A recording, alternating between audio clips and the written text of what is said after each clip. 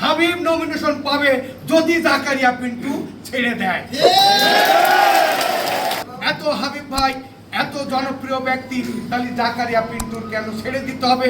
আপনাদের কেন স্যাক্রিফাইস করতে হবে? মাঠেই তো খেলা, মাঠেই তো প্রতিযোগিতা। এই প্রতিযোগিতায় এই জরিপে নিশ্চয়ই জাকারিয়া পিন্টুর অবস্থান শীর্ষ আছে বলেই পিন্টু ওখানে দৃঢ়ভাবে তার প্রতিবাদ করেছে।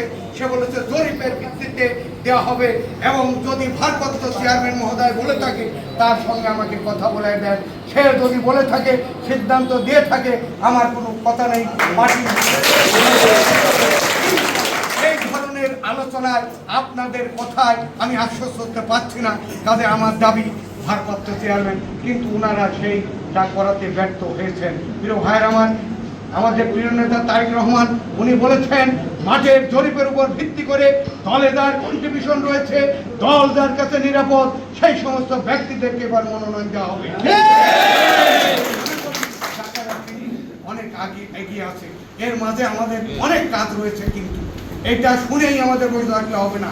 আমাদের ঈশ্বরদী আটঘরিয়াতে গণসংযোগ করতে হবে, এবং তারপরে আগামী দিনে ঈশ্বরদীতে যে কর্মসূচিগুলি জাকারিয়া পিন্টু দিবেন, যে কর্মসূচিগুলি দিবে, সকল কর্মসূচি আমাদের সফল করার লক্ষ্যে আমাদেরকে আপ্রাণ প্রচেষ্টা করে প্রমাণ করে দিতে হবে ঈশ্বরদী আটঘরিয়ার মাটি পুরাতন বিএনপির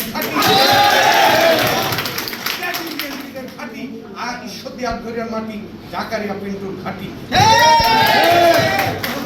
আমরা উজ্জীবিত হব, আমরাও সম্মানিত হব। প্রিয় ভাইয়ের আমার, তাই আমি অনুরোধ করতে চাই যে আগামী দিনে যে কর্মসূচি, বিশেষ করে প্রথম যে কর্মসূচিটা দিবেন, অতি সন্নিকটে দিবেন। এই কর্মসূচিটা সফল করার জন্য বিগত দিনে দেখেছেন 18 সালের নির্বাচনে আমরা যেভাবে আটঘরিয়াতে আমরা বিশাল বহন নিয়ে গিয়েছিলাম। হয়তো এই কর্মসূচি উনি প্রথম ঘোষণা করবেন। আমি জনাব জাকারিয়া পিন্টু, আমাদের স্নেহের জাকারিয়া পিন্টু, আমাদের রাস্তার প্রতীক, আমাদের ঐক্যের প্রতীক জাকারিয়া পিন্টুকে এই কর্মসূচি ঘোষণা করবে, এই আশাবাদ ব্যক্ত রেখে আমি আমার কথা শেষ করতে